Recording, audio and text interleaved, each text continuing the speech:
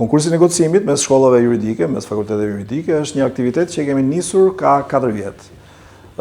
Aktiviteti bazohet duke dhënë fakulteteve, ekipeve që negociojnë, një kazus bazuar zakonisht në drejtën tregtare, dhe ata përfaqësojnë interesat e një klienti imagjinar. Ekipet përgatiten rreth një javë dhe pastaj negociojnë me njëri tjetrin për rreth 2 orë dhe ndërmjet tyre përgatisin një marrëveshje përkatëse, bien dakord për të, dhe në fund arrin një marrëveshje të përbashkët që mbrojnë interesat e klientëve të tyre. Ky aktivitet si vjet ka 4 javë që është zhvilluar, janë bërë 4 raunde të ndryshme, duke eliminuar ekipe ndryshme. Kemi qenë shumë të kënaqur se është shtuar shumë gama e fakulteteve që marrin pjesë. Këtë radhë kemi pasur fakultete nga Shkupi, Universiteti i Shkupit, kemi pasur nga Prishtina, kemi pasur nga Vlora, Durrësi, Elbasani, Tirana po, kështu që ka pasur të paktën 10 universitete, fakultete juridike që marrin pjesë dhe shtrira dhe përtej Shqipërisë ka qenë një gjë shumë e veçantë. Sot është finalja, apo jo? Sot është finalja, ku ka dalë në finale Universiteti i Vlorës dhe Universiteti i Prishtinës.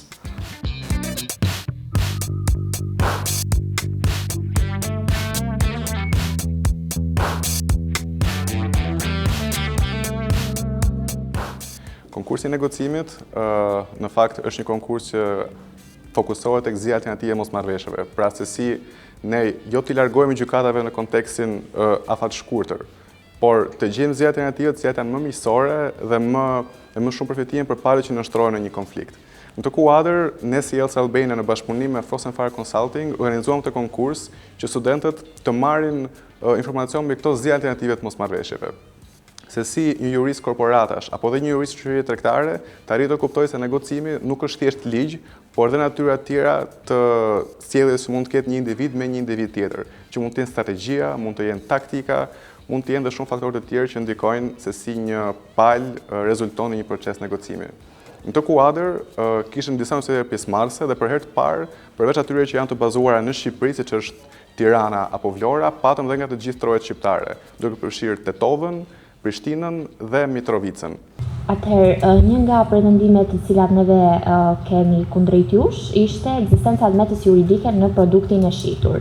Pra ne kemi marrë një njoftim zyrtar nga shoqëria Kopeja SHPK, e cila pretendon se sistemi robotik që ju na keni instaluar shkel markat dhe dizajnin industrial të regjistruar në Republikën e Shqipërisë. Fakti që zoti Beneventi si country manager në Shqipëri nuk ka kryer verifikimet pranë DPPI, përpara se të ofronte këtë teknologji në tregun tonë, përbën një pakujdesi profesionale. Dhe ajo se unë çfarë dua t'ju kujtoj është se sipas ligjit numër 9947 për pronësinë industriale, përdorimi i një teknologjie që shkel një patent apo dizajn të mbrojtur mund të çojë në sekuestrimin e menjëhershëm të pajisjeve nga autoritetet dhe në gjoba masive. Dhe kjo do ishte një gjë e cila do ishte në dëmin tonë dhe në dëmin tuaj. Atëherë, cili është shpjegimi juaj në lidhje me këtë çështje? Përderisa nuk e kemi të bazuar dhe nuk e kemi fakte të cilat na tregojnë se realisht është shkelur, ne prandaj kishim të fortë. Përderisa në momentin që vërtetuar që ka pasur shkelje, atë sigurisht që ne marrim përsipër gjithçka që na vjen në shkelje sa i përket fajeve të drejta. Kështu që ky është qëndrimi. Në momentin që kemi të bazuara, i dimë edhe cilat janë opsionet më të këqija në këtë rast, po që në momentin se vërtetohet edhe bazohet që është diçka me cilën ne duhet merremi, sigurisht që ne mbajmë pozicion. Sigurisht në këtë fazë që jemi tek faza e pretendimeve, por në bazë të këtyre pretendimeve evidentohen disa shkelje, të cilat sigurisht e vendosin pozitën tuaj normalisht në një situatë të pafavorshme. Atëherë ne jemi më shumë për të qartësuar për atë çfarë bëhet fjalë konkretisht dhe në bazë të ligjit 9947 kemi të bëjmë me pretendime se janë cënuar të drejtat mbi marka dhe mbi dizenjët industriale, duke cënuar kështu neni 123 dhe neni 113 ka referon në shkaqet për të refuzuar, por gjithashtu edhe në cënimin e dy prej cilësive kryesore që duhet të ketë dizenjoja, pra që është karakteri individual për verisia, por gjithashtu kemi dhe një shkelje të neni 141. Ne jemi këtu me mirëbesim ndaj palës tuaj dhe sigurisht që ajo çfarë duam është të vërtetohet e kundërta, por ajo çfarë ne kërkojmë në fakt lidhet me një lëshim deklarate zyrtare nga pala juaj, duke ruajtur patjetër konfidencialitetin në palë të treta, që të dini garant për të mbuluar çdo lloj shpenzimi gjyqësor që mund të jetë, por edhe dëmet të cilat mund të shfaqen në një të ardhme juridike ose ligjore nëse këto pretendime vërtetohen. Faleminderit të nderuar. Po pikërisht, ju e theksua që këto pretendime janë pikërisht vetëm ajo, pretendime. Njëri që ju po ju referoheni, një ligjin në fakt, ligji që po ju referoheni, ligji 9947 për pronësinë industriale në Republikën e Shqipërisë, thekson që masat, çfarë do qofshin ato? Qofshin ridizajnimi i masave tregtare, i dizajnit industrial, masat financiare, ato duhet të merren kur ka konstatim të shkeljes së markës tregtare. Duke pasur parasysh se nuk kemi një konstatim të markës tregtare, thjesht e kemi një pretendim për një palë së tretë, që në mendimin tonë është edhe oportunist. Domethënë jemi në një pikë jo shumë të përshtatshme të kontratës dhe kemi një mosmarrëveshje aktive me juve. Pikërisht në këtë pikë po ngritet një pretendim, i cili është pikërisht vetëm ai, një pretendim në lidhje me shkeljen e markës tregtare. Sidoqoftë, shqetësimi juaj është i bazuar në valid, dhe për këtë arsye, ne jemi të gatshëm me anë të një deklarate zyrtare, me anë të një garancie të marrë përsipër të gjitha pretendimet që i ka kopia si palë e tretë në lidhje me shkeljen e markës tregtare industrial, qoftë duke marrë përsipër përballjen gjyqësore me të cilin do të vërtetohet që padyshim nuk ka shkelje të markës tregtare, apo cila do alternativë është më e mirë dhe më e përshtatshme për të dy palët, pa dëmtuar as juve, po as njëri. Sigurisht. Gjithmonë përderisa janë të bazuara, ne jemi të hapur gjithmonë që do të duhet Po, dhe kjo ishte një prej pikave në fakt ndër pretendimet e tjera, të cilat ne i mëshojmë si palë përfaqësuese Alba Fresh, sepse duhet që ky deklarim të na sigurojë dhe të jetë një garanci për ne që në të ardhmen, në një dëm që mund të jetë i atëçastëm ose në të ardhmen që mund të lindi, pra ne të kemi garanci nga ana juaj, sepse kjo mbron dhe reputacionin ton, sepse jemi futur tashmë në tregun shqiptar, por patjetër dhe reputacionin tuaj, sepse sigurisht jeni përgjegjës për teknologjinë që keni implementuar tek ne. Kështu që besoj për këtë pikë jemi dakord. Po, jemi dakord. Okej, atëherë raundi zyrtar mbaroi, tash juria do të rriqet për të marrë vendimin. Ne që jemi në tre ju jeni shumë, po dalim ne nga dhoma, nuk do vënohemi, pastaj do bëjmë analizën e jurisë siç kemi bërë më parë. Okej?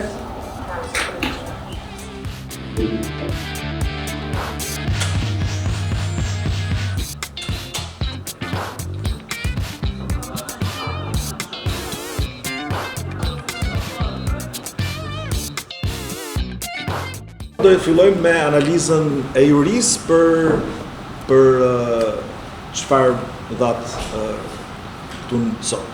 Kështu po e fillojmë me radhë nga po e fillojmë mirë me Agnesin që është autori i kazusit. Kështu që jepi Agnes, e di që ke shkruajtur shumë, mbas e ke heq treçrekun aty që kam shkruajtur unë vetë dhe shkurton më punë. Okej. Tani unë do fokuson më tepër tek pikat kryesore, përse ata që kanë qenë me mua dini çik se ku jam unë më tepër i bazuar, pra unë jam të çfarë merr çfarë jep. Tani vim fillimisht te stili i negocimit, pastaj shkojmë tek ato pikat kryesore që duhet ishin kapit çik më tepër ose kapit çik më pak. Tani, ekipi i Vlorës, unë prap shoh afërsisht një stil që keni pasur edhe në dy ndeshjet e para. Pra, jetima aktive, pastaj vjen ti, por edhe një tendencë për mos dëgjuar palën tjetër. Dhe kjo për mua pakën është pak problem, sepse normalisht duhet dëgjosh një palën tjetër që dëgjosh se çfarë ke ti më pas për menduar atje. Tjetra është ekipi i Kosovës. Tani, ky është edhe një diçka që unë ja thash edhe radhës kaluar, një që ishte me mua.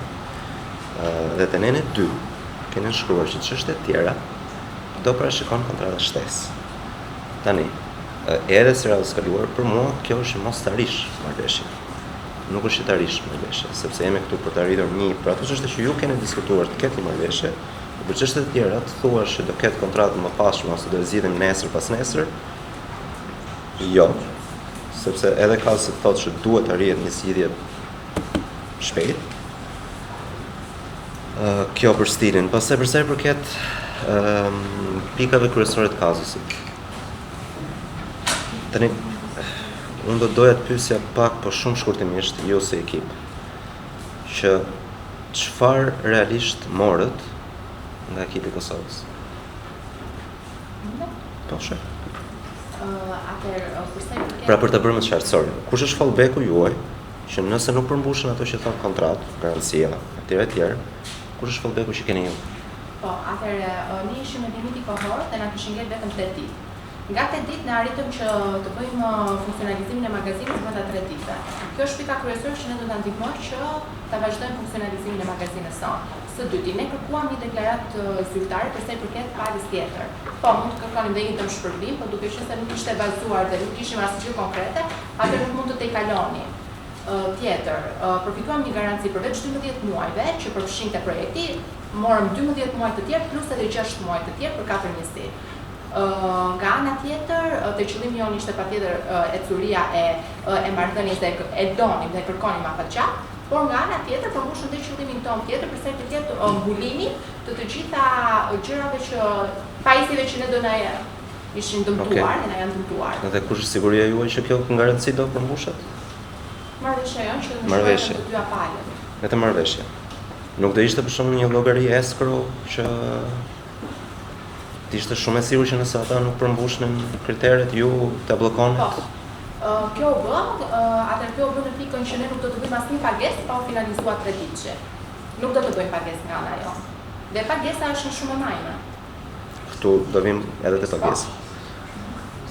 Tani, u diskut një pikë tjetër që për mua ishte shumë problematike, ishte që u diskutua me njëri tjetrin rreth 45 minuta ndoshta për ligjin e aplikueshëm. Dhe nuk është shoh, domethënë për ato që ju kishit shumë me rëndësi për çështjet, që ligji i aplikueshëm këtu të jetë me rëndësi. Sepse arsyeja që jemi këtu është keq interpretimi i CISG-ut, gjitha gjërat e tjera, ligjit e aplikueshëm, ligji shqiptar, ligjit italian etj. Kjo është pse jemi këtu. Dhe ju po thoni që domethënë për ju kjo është e rëndësishme dhe gjitha çështjet do të zihen këtu dhe ai bie që prapë do jemi këtu. Sepse prapë ka problematika mbi interpretimin e CISG-ut dhe interpretimin e gjithave. Garancia për mua duhet ishte diku më shumë se 36 muaj, paktën si e konsideroj unë, prapë dhatë shumë pak. Se edhe ju insistohet pak shumë për garancinë, por normalisht garancia është diçka që duhet jepet shumë shpejt, sepse leks po jepni, edhe po thjesht po bëni atë detyrimin tuaj që keni gjatë kontratë. Me play it up. Nga ana tjetër, juve ishit patjetër më fleksibël, dhatë edhe zgjidhje dhe i përshtateshit agresivitetit të Alteas.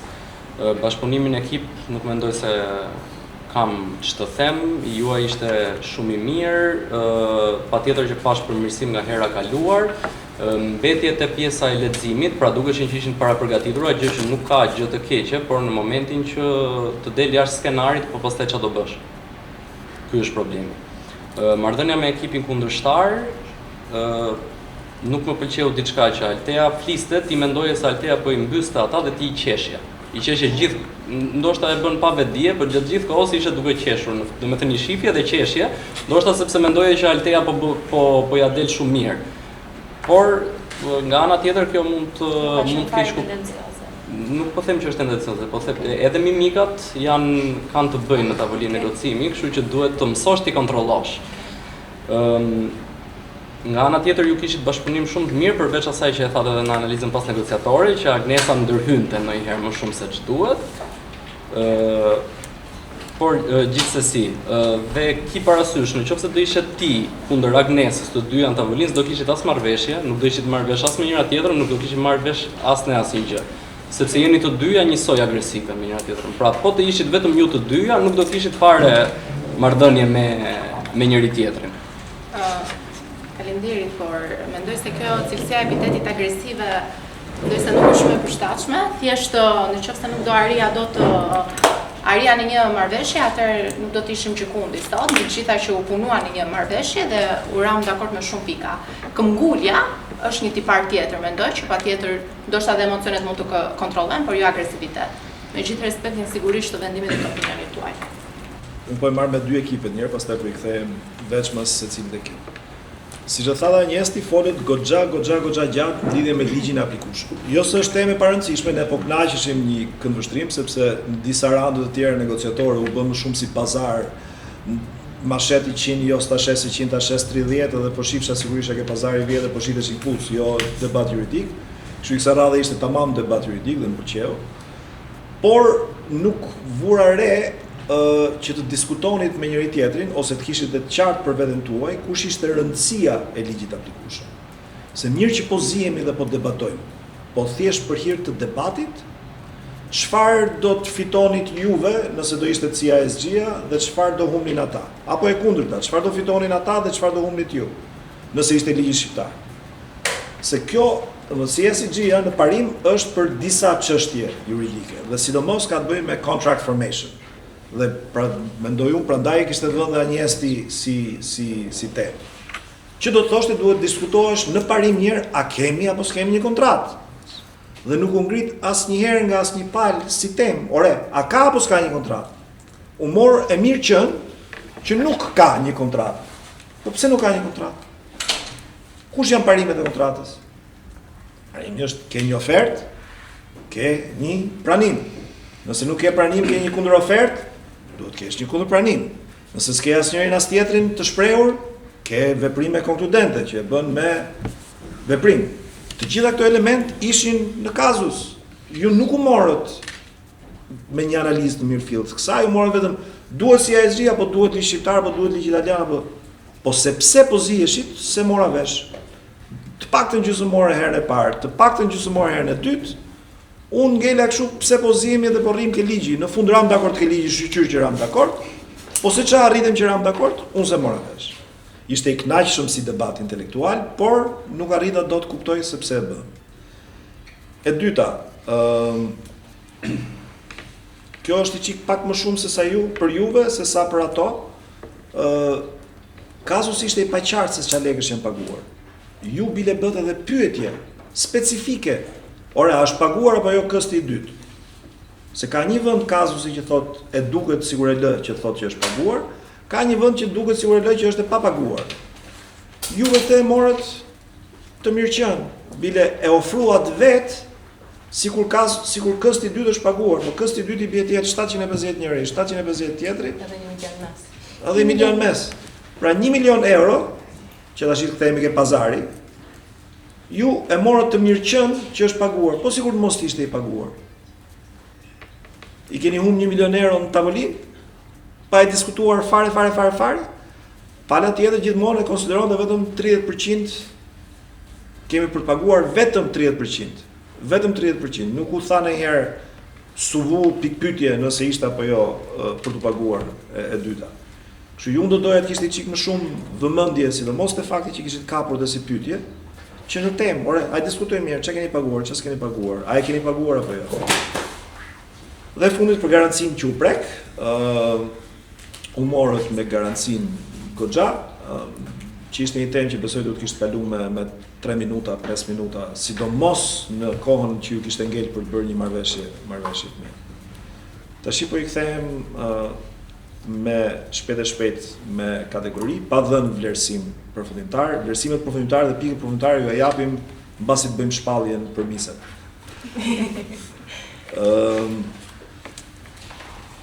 Të dyja ekipet me një diferencë të vogël i shpallën goxha mirë kësaj radhe objektivat, qëllimet dhe strategjinë që do ndiqnin.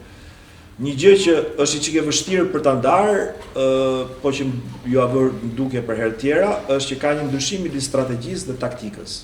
Pra ka objektiva, ka strategji, ka dhe taktik. Janë që gjithë komponent të ndryshëm të negocimit. Strategjia është më afatgjatë, është si një temë e përgjithshme se si për shembull. Strategjia ime është që të jem i qetë, bashkëpunues, fleksibël, etj, dhe kjo është qasja që do kem. Kjo është strategjia afatgjatë, po e quajmë. Kurse taktika është që në momentin që kundërshtari sillet në mënyrë agresive, po themi, apo në mënyrë këmbgulse, unë do ta ndërpres dhe do përpiqem ta ul tensionin. Po jap një shembull sa për të kuptuar diferencën njërës nga tjetër. Në këndvështrimin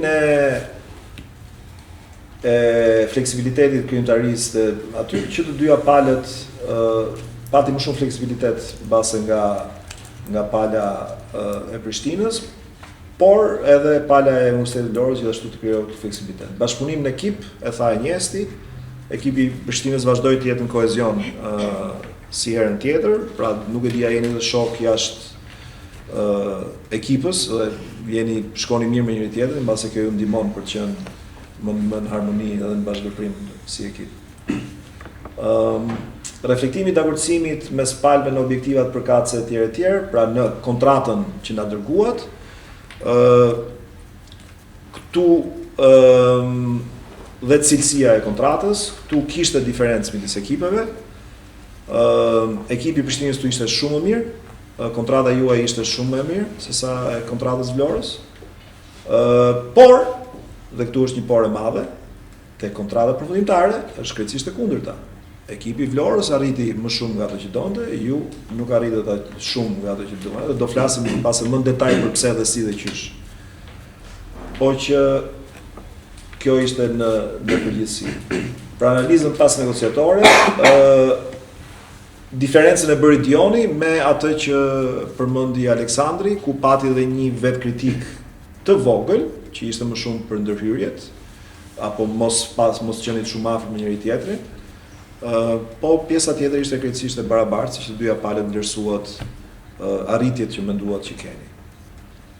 Pyetja më e mirë për vletëvërsimin do ishte që unë e di që përgjigjen e të dyja palët do ishte kush ekip mendoni se ka fituar. Dhe që të dyja palët do vjepi vendimin që ne mendojmë që kemi fituar neve, ajo do ishte një pyetje që do tregonte çik më shumë sa thellë keni vetë vlerësuar vetën, po s'po e bëj atë pyetje sot. Okej. Do ta vazhdojmë procesin tjetër atëherë?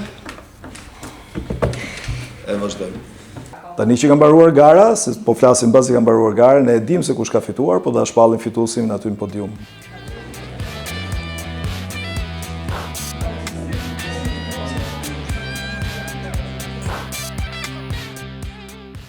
Pa u zgjatur, si fillim do shpërndajmë çfarë e pjesëmarrjes, pastaj do vazhdojmë tek negociatorët më të mirë, top 3-she, dhe top 3-shja e ekipeve më të mira.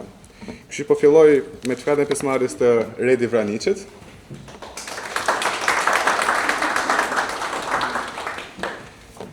Irisa Meta.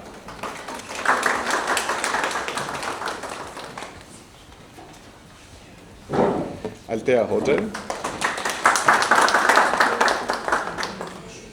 Chiara Carabini, Agnesa Mesini, Armira Muqolli, Dion Ejupi, Eleda Isaraj, dhe Marinel Prenga.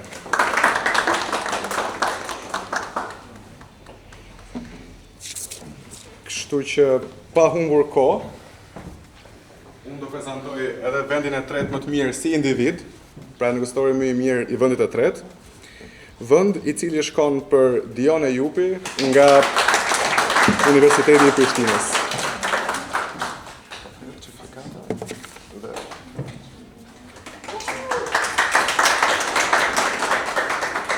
Dhe ftoj kolegen Fionën që të prezantojë çmimin tjetër. Përshëndetje gjithëve, unë quhem Fiona Kamberi dhe do prezantoj çmimin për vendin e dytë si negociatori më i mirë. Vendi i dytë për negociatorin më të mirë shkon për Altea Hoxha.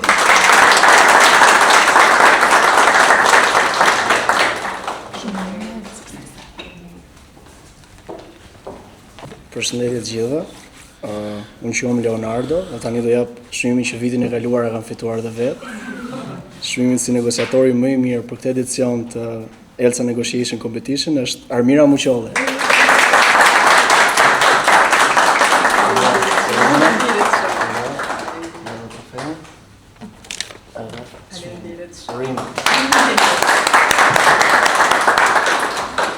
Do jap çmimin për skuadrat. Nuk është sekret që e ka FDOT-ja.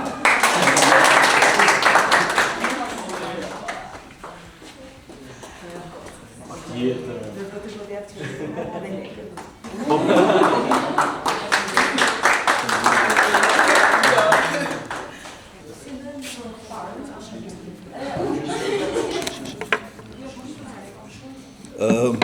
emër, po?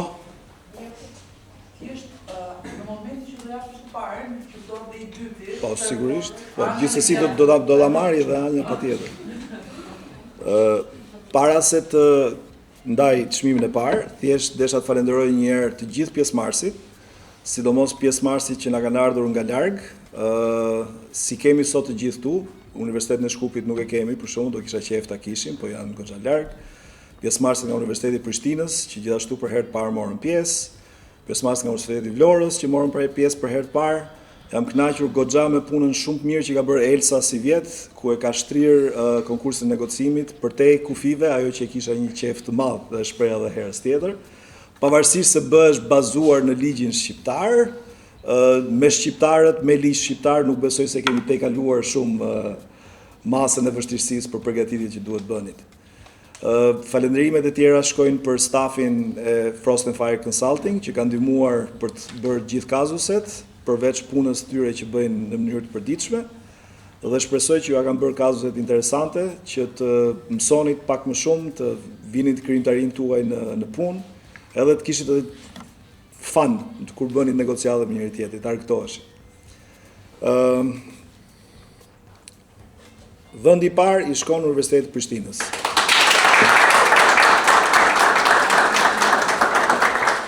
Po tjetër vini. Siç e dini, vendi i parë nuk është vetëm diplomë edhe medalje, po ka edhe një zarf me një shpërblim për gjithë, dhe për negociatorin më të mirë, 3 të parët edhe për 3 ekipet e tjera. Urime që gjithë. Dhe nga Universiteti i Prishtinës po vinë, po kemi dhe nga Presheva që na marrin pjesë, kështu që harrova ta përmend si fakt që kemi përzgjedhje më të gjerë se sa veç Prishtina. Të thaj që të dyja gocat nga Universiteti i Vlorës kanë bërë një performancë të shkëlqyer që këtij konkursi negocimi, dhe si një person që gjithashtu ka qenë vendi i dytë në konkursin e parë të negocimit që është bërë, ju ndjej, por në të kohë mendoj që thjesht keni bërë një performancë shumë të mirë, keni treguar kush jeni, keni përfaqësuar universitetin në mënyrë më dinjitoze, dhe mendoj që mund të jetë konkurs, por në të kohë dijet që ju keni marrë nga kjo eksperiencë janë dije që nuk kanë një numër, edhe nuk kanë një renditje, kështu që me shumë darë trokitje dua që të ftoj në skenë të bashkë.